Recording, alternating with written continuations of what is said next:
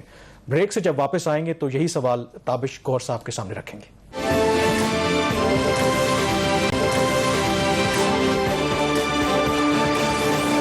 جی break کے بعد ایک دفعہ پھر آپ کو خوش آمدید کہتے ہیں. وزیراعظم کے معاون خصوصی آن انرجی مسٹر تابش گور ہمارے ساتھ اس وقت اسٹوڈیوز میں موجود ہیں. اور اب تھوڑا شفٹ کرتے ہیں جو بجلی کے حوالے سے. آپ کو پتا ہے کہ اس گورنمنٹ کا ایک بیانیہ رہا ہے کہ جو پچھلی حکومت تھی وہ اضافی بجلی گھر چھوڑ گئی ہے، بہت زیادہ پروڈکشن ہے، 10,000 میگا واٹ ایکسٹرا ہے ہمارے پاس. اب ایک لے مین کی زبان میں عام آدمی پوچھتا ہے کہ بجلی اگر ہمارے پاس اضافی ہے تو پھر لوڈ شیڈنگ کیوں ہو رہی ہے؟ ایون راولپنڈی اسلام آباد میں کئی گھنٹے بجلی جا رہی ہے. تو یہ کیسے ہے کہ بجلی ہمارے پاس ہے بھی پھر بھی بجلی کا شارٹ فال ہے؟ جی پچھلے چند دنوں میں یقیناً کچھ پیچیدگیاں نہیں ہیں، اس سے انکار تو کوئی نہیں کر سکتا. لیکن اگر میں مجموعی طور پہ آپ کو کچھ اعداد و شمار پیش کروں کہ 72% جو فیڈرز ہیں اس پہ لوڈ شیڈنگ نہیں ہوتی. جو شور آپ کو سنائی دیتا ہے وہ 28% علاقوں سے ہے جہاں پہ ایک حد سے زیادہ بجلی کے بلوں کی عدم ادائیگی ہے، یا پھر وہاں پہ لوگ لیکن یہاں پہ قطع کلامی ہوتی ہے. اب دیکھیں نا آئسکو جو ہے میرے خیال میں یہاں پہ جو ریکوری ریٹ ہے میرے خیال میں ون آف دا بیسٹ ہے راولپنڈی اسلام آباد میں. تو راولپنڈی اسلام آباد میں بھی لوڈ شیڈنگ ہو رہی ہے. ٹیکنیکلی ہونی تو نہیں چاہیے، ان کو اس 72 فیڈرز میں آنا چاہیے، لیکن وہ شاید دوسرے میں فال کر رہے ہیں. پچھلے چند دنوں میں یقیناً 1,500 سے 2,000 میگا واٹ کا مجموعی طور پہ شارٹ فال رہا. اب اگر آپ ایک پلانر ہیں یا آپ ایک سسٹم آپریٹر ہیں تو اگر وہ تمام کا تمام وہ جو 28% لوگوں پہ ڈال دیں تو وہاں تو لوگوں کی مزید چیخیں نکل جائیں گی.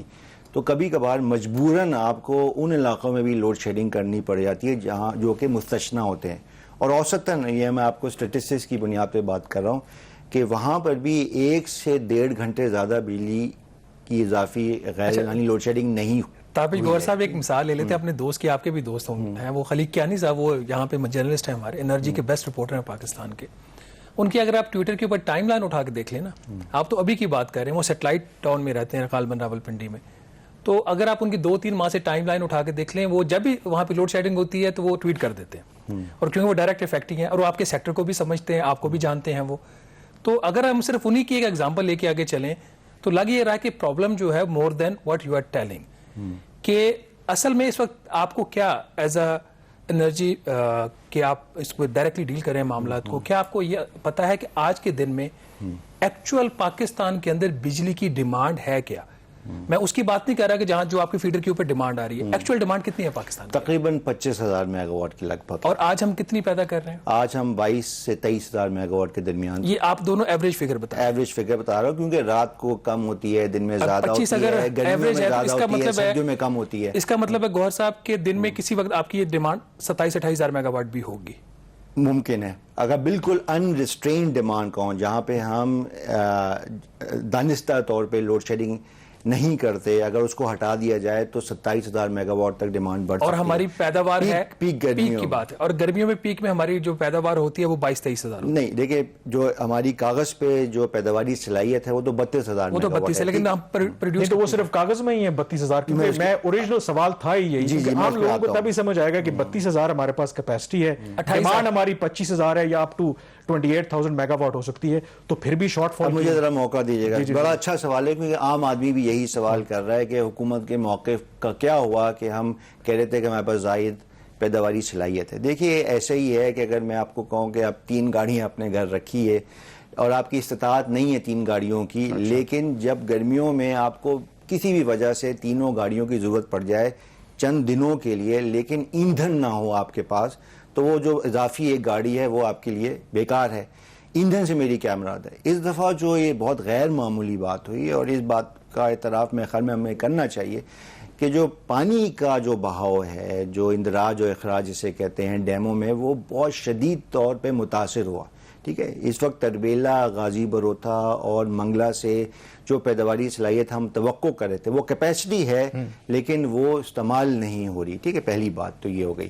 دوسری جو میں ہمیشہ کہتا ہوں کہ جو ونڈ ہے یا سولر ہے, مثال کے طور پہ کل کے دن اس وقت ہمارے پاس کئی 100 ونڈ کے پلانٹس ہیں جن کی ہم ادائیگی کرتے ہیں. آپ شاید حیران ہو کہ کل جب شدید حبس کے حالت میں 65 میگا واٹ مل رہا تھا, میں پورے ملک میں 65 میگا واٹ ونڈ سے آ رہا تھا. ٹھیک ہے, اب یہ بھی ایک مسئلہ ہے, سورج ظاہر ہے رات کو نہیں ہوتا. ایک اور جو بڑی بنیادی وجہ جو تھرمل پلانٹس کی ہے, دیکھیں وہاں پہ گیس چاہیے ہوتی ہے یا تیل چاہیے ہوتا ہے. ٹھیک ہے, گیس کے ہمارے پاس پلانٹس ہیں لیکن یہ بات تو طے شدہ ہے کہ گیس کی قلت ہمارے ملک میں ہے, اس میں تو کوئی دو رائے نہیں ہے. کیوں ہے اس پہ ایک بحث ہو سکتی ہے کہ ہماری پیداواری صلاحیت پچھلے 10 سالوں میں کم ہوئی, ہم نے 2 ٹرمینل لگائے جو اس وقت میکسیمم کیپیسٹی پہ چل رہے ہیں. ٹھیک ہے, تیسرا اور چوتھا ٹرمینل کے آج تک لگ جانا چاہیے تھا, نہیں لگا, اس کی کیا وجوہات ہیں. LNG کی سٹوریج ہمارے پاس ہونی چاہیے تھی, نہیں ہے, تو اس کی کیا وجوہات ہیں. ایک اور گیس پائپ لائن کی ضرورت ہمیں کراچی سے لے کے لاہور تک, اس پہ بھی حالیہ معاہدہ ہوا, آپ چاہیں تو سوال کر سکتے ہیں. اس میں اگر تاخیر ہوئی 2015 سے لے کے اب تک تو اس کی کیا وجوہات ہیں, کئی وجوہات ہیں. تو جو ایک ورکنگ کیپٹل اور سپلائی چین کا بھی ایک ایشو آ جاتا ہے, اس میں 2 پہلو, ایک تو تیل اور دوسرا اس سے منسلک پیسہ. آخری بات کروں گا کہ جب ہم گردشی قرضے کا, آپ نے بھی کئی پروگرام کیے, گردشی قرضے کا براہ راست تعلق ہے اس سے کہ جو پیسوں کا ریل ہے. بالکل گردشی قرضوں کی بات کریں گے, میں یہ ڈیبیٹ سیٹل ہونی چاہیے کہ کیا واقعی ہمارے پاس اضافی بجلی ہے. جیسے آپ نے خود ذکر کیا کہ جو پانی سے بجلی بنتی ہے وہ قدرت پہ بعض دفعہ ہمیں انحصار کرنا پڑتا ہے. اس دفعہ برف جلدی میلٹ نہیں ہوئی, اس کی وجہ سے شارٹیج ہوئی. تو آپ تصور کریں کہ اگر وہ بجلی گھر جو پچھلی حکومت لگا کے گئی ہے وہ بھی نہ ہوتے اور ادھر سے بھی آپ کو شارٹیج ہوتی, تو آج پاکستان میں انرجی کا کتنا بڑا کرائسس ہوتا. دیکھیں ہم تو یہ کہتے ہیں کہ 4 LNG کے پلانٹس لگا دیے پنجاب میں انہوں نے, لیکن گیس پائپ لائن نہیں لگائی اور سٹوریج نہیں بنائی اور 2 ہی ٹرمینل چھوڑ کے گئے. ٹھیک ہے, تیسرا ٹرمینل ہماری ذمہ داری ہونی چاہیے اور انشاءاللہ 3 سال تو اس گورنمنٹ کو بھی ہو گئے, اس پہ کام ہو رہا ہے اور لائسنس ایشو ہو گئے ہیں اور امید کی جانی چاہیے اگلے 2 سال میں وہ ایک ٹرمینل کم از کم آ جائے گا. اس طرح ساہیوال میں کوئلے کا پلانٹ لگا دینا. دیکھیں جب ہم گردشی قرضے کی بات کرتے ہیں, اب تک تو یہ نیریٹو یہ تھا اور سوال یہ تھا کہ بجلی کے نرخ بہت زیادہ ہو گئے ہیں. لوڈ شیڈنگ تو پچھلے 1-2 ہفتے یا 1 مہینے سے جب سے یہ اینگرو کا ڈرائی ڈاکنگ کا مسئلہ ہوا اس سے منسلک ہے. لیکن دیکھیے 170 ارب روپے 2013 میں تھے لازمن ادائیگی کیپیسٹی کے ٹیک اور پے میں, 2018 میں بڑھ کے 450 ہو گئے, اب 900 ارب روپے ہو گئے اور بڑھ کے 1500 ارب روپے جائیں گے. بالکل مسئلہ ہے, اس پہ بات کرتے ہیں, اس پہ ہم بات کریں گے. میرا جو سوال تھا کامران, 28,000 میگا واٹ ہماری پیک پہ ڈیمانڈ جاتی ہے انریسٹرینڈ, جو کہ ایکچوئل ڈیمانڈ ہے. اس کے اگینسٹ ہمارے پاس پیداوار اویلیبل کتنی ہوتی ہے؟ ریزنز تو ٹھیک ہیں, وہ آپ نے ساری ایکسپلین کر دی. ہمارے پاس اس وقت اویلیبلٹی کتنی ہوتی ہے؟ دیکھیں وہی میں نے کہا کہ جو پیداواری صلاحیت تو 32,000 میگا واٹ ہے. اگر تمام کے تمام گیس کے پلانٹ نہیں, میں آپ کا جواب دیتا ہوں کہ تھوڑا سا موقع دیا. اگر گیس کی قلت نہ ہو, ٹھیک ہے, تمام گیس کے پلانٹ چل رہے ہوں, اگر تیل کی فراہمی بالکل ان انٹرپٹڈ ہو تو وہ بھی بروکار آ جائے گی. پانی کا مسئلہ نہ ہو, تمام ہائیڈرو اور گور صاحب میں معافی چاہتا ہوں, یہ فیکٹرز اپنی جگہ پہ ایگزسٹ کر رہے ہیں. مطلب میں یہ بات کر رہا ہوں, یہ تو اویلیبلٹی کی بات کر رہے ہیں. آج میری 28,000 میگا واٹ پاکستان میں ڈیمانڈ ہے, آپ مجھے کتنی پیک میری سپلائی کتنی ہوتی ہے ود آل دیز فیکٹرز؟ وہ اپنی جگہ پہ ٹھیک ہے. کیا 23,000 میگا واٹ ہے, 24 ہے, 22 ہے؟ ابھی اس وقت جو پیک ہماری ہٹ ہوئی ہے تقریباً 23,500. اس کا مطلب ہے کہ ہم کوئی بات کر رہے ہیں 4,500 میگا واٹ کی. ناظرین پاکستان میں اس وقت ایک گیپ آتا ہے جو کہ پھر لوڈ شیڈنگ ہوتی ہے, جو دیہاتوں میں 8 سے 10 گھنٹے ہے اور شہروں کے اندر یہ بنتی ہے 3 سے 4 گھنٹے. جہاں پہ ایک حکومت کی پالیسی ہے کہ نقصان زیادہ ہوگا وہاں پہ لوڈ شیڈنگ زیادہ ہوگی, اس کے باوجود جہاں پہ نقصان نہیں ہے وہاں پہ بھی اس وجہ سے لوڈ شیڈنگ ہو رہی ہے کہ 4,500 میگا واٹ کا شارٹ فال پیک پہ بنتا ہے. یہاں پہ ایک چھوٹی سی بریک لیں گے, بریک کے بعد اس ایشو پہ دوبارہ بات کریں گے.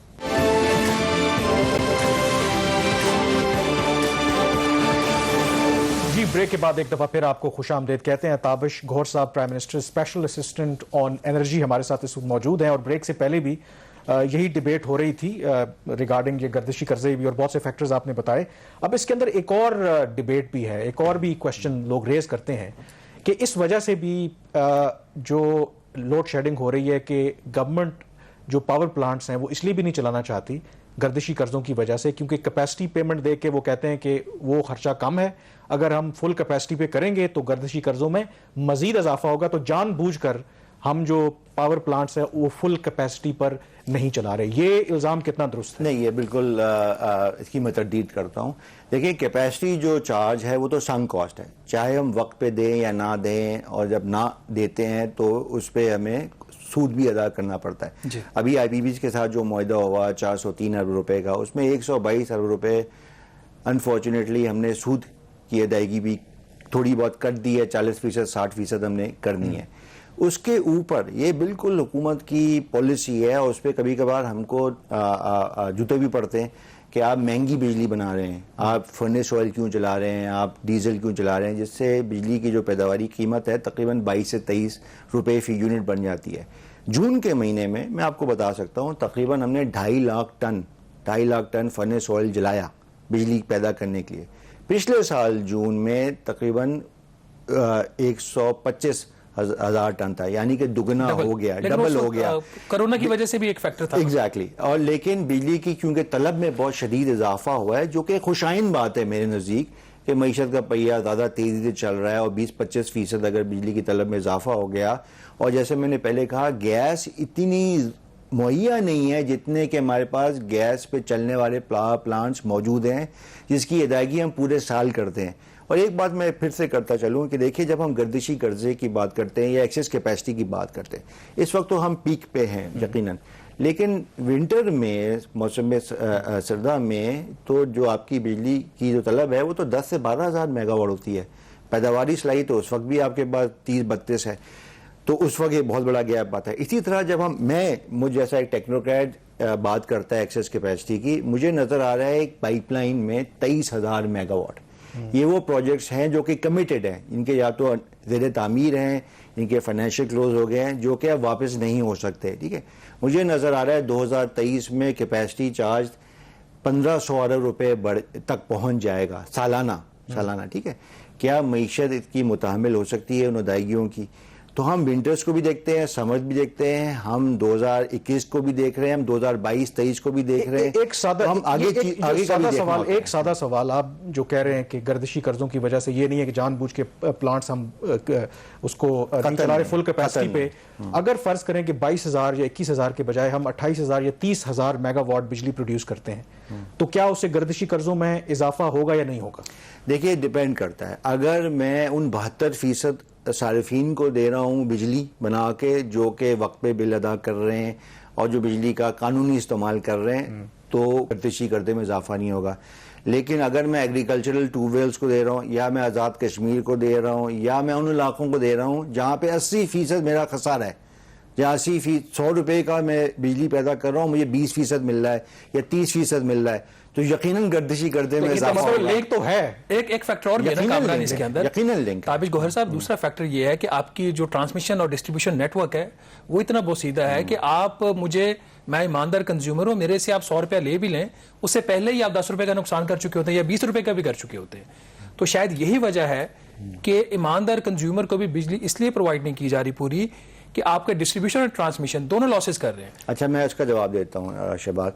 دیکھیے, جو پچھلے سال ٹرانسمیشن اینڈ ڈسٹریبیوشن لاس تھا وہ تقریباً ریکوری اور لائن لاسز ملا کے 250 ارب روپے تھا. اس سال الحمدللہ کم ہو کے وہ 125 ارب روپے تک آ گئے, لیکن آدھا ہو گیا ہے. اسی وجہ سے یہ گردشی قرضہ بھی کم ہوا ہے. کلیئرٹی دے دیں, میں انٹرپٹ کرنا ہم نہیں چاہتے کبھی, آپ کو کلیئرٹی دے دیں. اس کے اندر وہ جو ڈیلیڈ پیمنٹس ہونی تھی بجلی کے بلوں کی, کیونکہ پرائم منسٹر صاحب کی پالیسی تھی کہ کرونا کی وجہ سے 3 ماہ کا ریلیف دے دو, تو 250 ارب روپے میں اس کا کتنا فیکٹر تھا, وہ نکال کے آپ نے کتنا کم کیا؟ وہ بھی ایک فیکٹر تھا, ایگزیکٹ نمبر تو مجھے اس وقت یاد نہیں ہے, لیکن پچھلے سال کا سپل اوور یقیناً آیا جہاں پہ ہم نے فریز کیا تھا. آپ ہی کے نمبر ہیں یہ جو آپ نے کیبنٹ کمیٹی آن انرجی کو دیا, میری فون پہ غالباً آپ سے اس پہ بات بھی ہوئی تھی. دی پاور ڈسٹریبیوشن کمپنیز کے جو انکنٹرولڈ لاسز تھے اس کی وجہ سے یہ جو مالی سال ختم ہوا اور پروویژنل نمبر ہے, فائنل نہیں ہے, آپ نے 54 ارب روپے کا سرکولر ڈیٹ میں اضافہ کیا جو پچھلے سال کے مقابلے میں 23% زیادہ ہے. 54 اور 70% ایسا ہے جو کہ ریکوریز کی وجہ سے تقریباً 120 ارب روپیہ جو آپ کا کلیم تھا کہ آپ نے ریکوری امپروو کی, ایفیشنسی امپروو کی ہے یہ ڈسٹریبیوشن ٹرانسمیشن کی, آپ کا اپنا ہی نمبر اس چیز کو نگیٹ کر رہا ہے کہ 54 ارب روپیہ یا جو کہ پچھلے سال سے 23% زیادہ ہے. دیکھیے جو ابھی تو نمبر فائنلی ہوا ہے, لیکن میرے حساب سے جب ہم پرسنٹیج میں دیکھتے ہیں کہ پچھلے سال 17.8% ٹرانسمیشن ڈسٹریبیوشن لاس تھا اور ریکوری تقریباً 90% تھی. مجھے امید ہے کہ یہ نمبر 17.8% سے کم ہوگا. ایز اے پرسنٹیج میں بات کروں, ان ایبسلوٹ ٹرمز ہو سکتا ہے زیادہ ہو, لیکن بجلی کی جو طلب ہے اور پیداوار بھی تو بڑھی نا, بلنگ بھی زیادہ ہوئی, تو ایز اے پرسنٹیج. اور دیکھیے جو بڑی اہم بات ہے, اگین میں ایز اے ٹیکنوکریٹ بات کر رہا ہوں, کہ پچھلے 2 سالوں میں مختلف وجوہات کی بنا سے اس میں ایک بہت بڑی وجہ جو ایک 250 روپے کی ہم کہتے ہیں سونامی کیپیسٹی چارج کی جو ہٹ ہوئی, اس کی وجہ سے بجلی کے نرخوں میں بھی 35 سے 40% اضافہ ہوا ہے. اس کے باوجود اگر آپ ڈسٹریبیوشن کمپنی چلا رہے ہیں, آپ کا نظام چلا رہے ہیں, اور آپ نے ٹرانسمیشن ڈسٹریبیوشن لاس کو 17 یا 17.5 تک ہی محدود رکھا, اور ریکوری ریشو اس سال جو میں توقع کر رہا ہوں کہ 90% سے زیادہ ہوگا انشاءاللہ, تو یہ قابل تحسین بات ہے میرے نزدیک, اس کے باوجود کہ بجلی کے نرخوں میں اچھا وے فارورڈ کی بات کریں, دیکھیں یہ جو گردشی قرضہ ہے یہ بلیک ہول ہے ہماری اکانومی کی بات کریں. اب جون 2021 تک 2327 ارب روپے یہ ہو چکا ہے, اور پی ٹی آئی کے دور میں یہ 1179 ارب روپے کا اضافہ کیا ہے 3 سالوں میں, 102% یہ اضافہ بنتا ہے. اس گورنمنٹ نے وعدہ بھی کیا تھا کہ دسمبر 2020 تک ہم گردشی قرضہ زیرو کر دیں گے. ظاہر ہے ہم 2021 کی اب بات کر رہے ہیں, کیا ریئلسٹک آپ کی اسیسمنٹ ہے کہ کیا کبھی یہ زیرو ہو سکتا ہے؟ کوئی کیلکولیشن کی ہے گورنمنٹ نے؟ دیکھیے گردشی قرضے کے 2 پہلو ہوتے ہیں, ایک تو اس کو ہم سٹاک کہتے ہیں جو کہ ہو چکا, اور ایک اس کو بہاؤ یا فلو کہا جاتا ہے. کوشش ہماری یہ ہونی چاہیے کہ جو فلو ہے اس کو صفر کیا جائے اگلے 2 سالوں میں 3 سالوں میں. اس سال جو ابھی جو مالی سال گزرا 30 جون 2021 کو, اس وقت جیسے شہباز نے خود بتایا کہ ہماری توقع یہ ہے کہ 177 ارب روپے زیادہ بہاؤ میں اضافہ نہیں ہوگا بنسبت پچھلے سال کے, جبکہ 538 ارب روپیہ کے اضافہ ہوا. تو یقیناً ٹرینڈ تو مثبت ہے, ٹھیک ہے نا. اب اگلے سال کیا یہ صفر ہو جائے گا, میں اس کا یقیناً وعدہ نہیں کرتا. 3 پہلو ہوتے ہیں. دیکھیے یا تو جو کیپیسٹی چارج آ رہا ہے سسٹم کے اندر اس کو ہم پورا کا پورا بجلی کے نرخوں میں شامل کر لیں, پہلی بات. دوسرا یہ ہوتا ہے کہ اگر بجلی کے جو ڈیٹرمن نرخ ہے اور جو نوٹیفائڈ ٹیرف ہوتا ہے اس کا جو فرق, اس کو ہم سبسڈی کہتے ہیں, وہ پورا کا پورا وزارت خزانہ برداشت کر لے, وہ بھی شاید ممکن نہ ہو.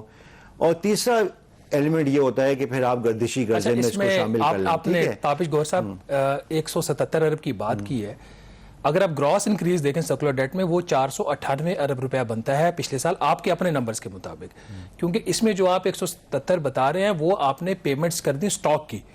فلو جو ہے فلو تو آپ کا اس سال بھی 498 ارب کا ہوا ہے, ایم آئی رائٹ؟ نہیں, دیکھیں جو سٹاک میں کمی آئی ہے وہ ایک تو 90 ارب روپے کی آئی پی پی ایس کو ادائیگی ہوئی, اور تقریباً 70 سے 80 ارب روپیہ جو پی ایچ پی ایل کا سٹاک ہے اس میں تو 170 ارب روپے ہم نے کمی کی ہے. ہم دیکھیں اس کو شامل ضرور کرتے ہیں. جب گردشی قرضے کی بات ہوتی ہے, اور عام طور سے سوال ہوتا ہے کہ اس وقت 2300 ارب ہو گیا یا آگے بڑھ کے دگنا ہو جائے گا, تو لوگ سٹاک اور فلو میں مطلب ڈیفرینشیٹ نہیں کرتے. تو اگر ہم نے ادائیگی کی یا بجلی کے نرخ بڑھائے تو پچھلے سال نہیں بڑھائے تھے, تبھی گردشی قرضے میں اضافہ ہوا. سٹاک کی پیمنٹ نہیں کی تھی تو اس پہ جو سود چڑھ رہا ہے وہ بھی گردشی قرضے میں جا رہا ہے.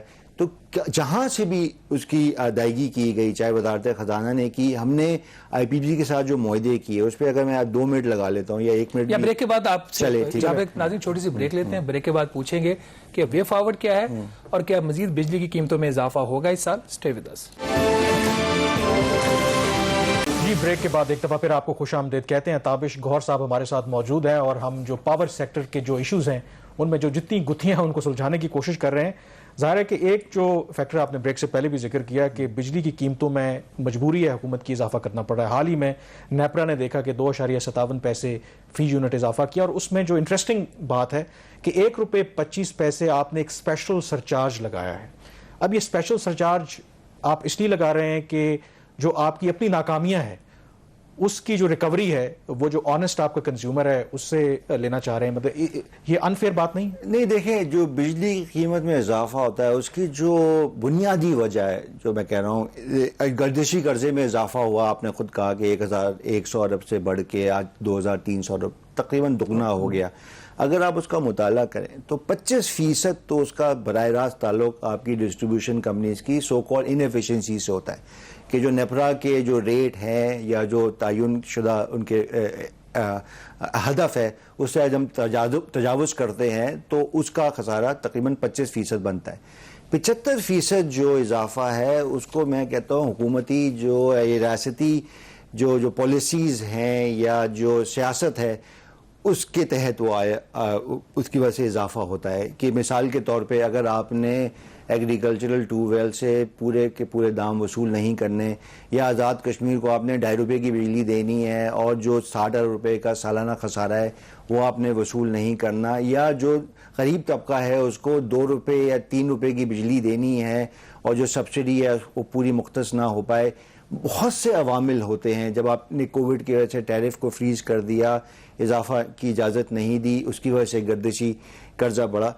دیکھیں، جو آپ نے نیپرا کے ذکر کیا، پچھلے 3 جو کوارٹرز گزرے اس میں انہوں نے تعین کیا اپریل 2020 سے لے کر دسمبر 2020 تک جو ایک فریز کیا ہوا تھا وہ 1 روپیہ 72 پیسے انہوں نے کیلکولیٹ کیا.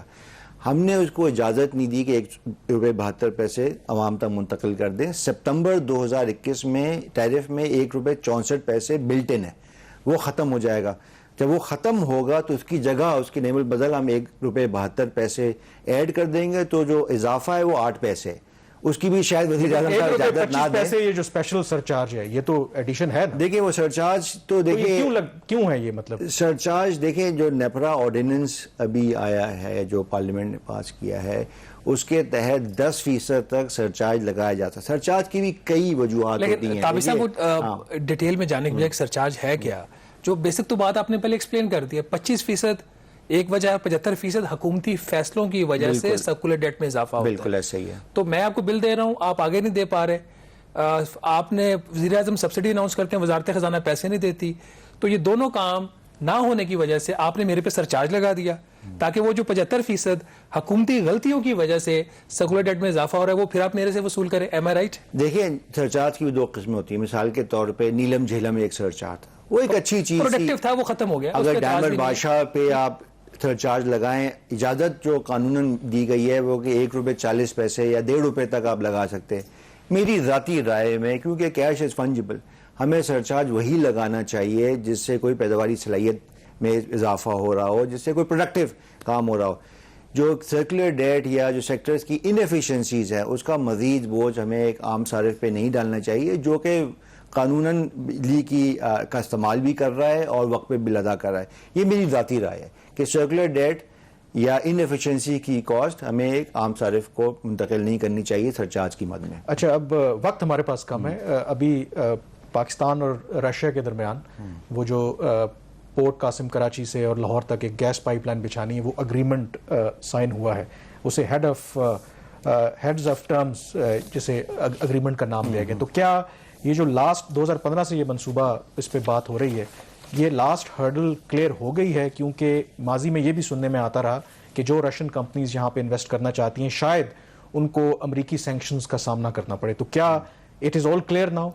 جی، یا اس کا حال Iran Pakistan gas pipeline والا ہوگا؟ بالکل جی. 2015 سے لے کے اب تک میرے خیال میں 6 یا 7 دفعہ ان کے کنسورٹیم میں تبدیلی آئی. اس میں شاید ایک وجہ یہ بھی رہی ہے کہ یو ایس کی سینکشنز لگ جاتی تھی ان رشین کمپنیز پہ.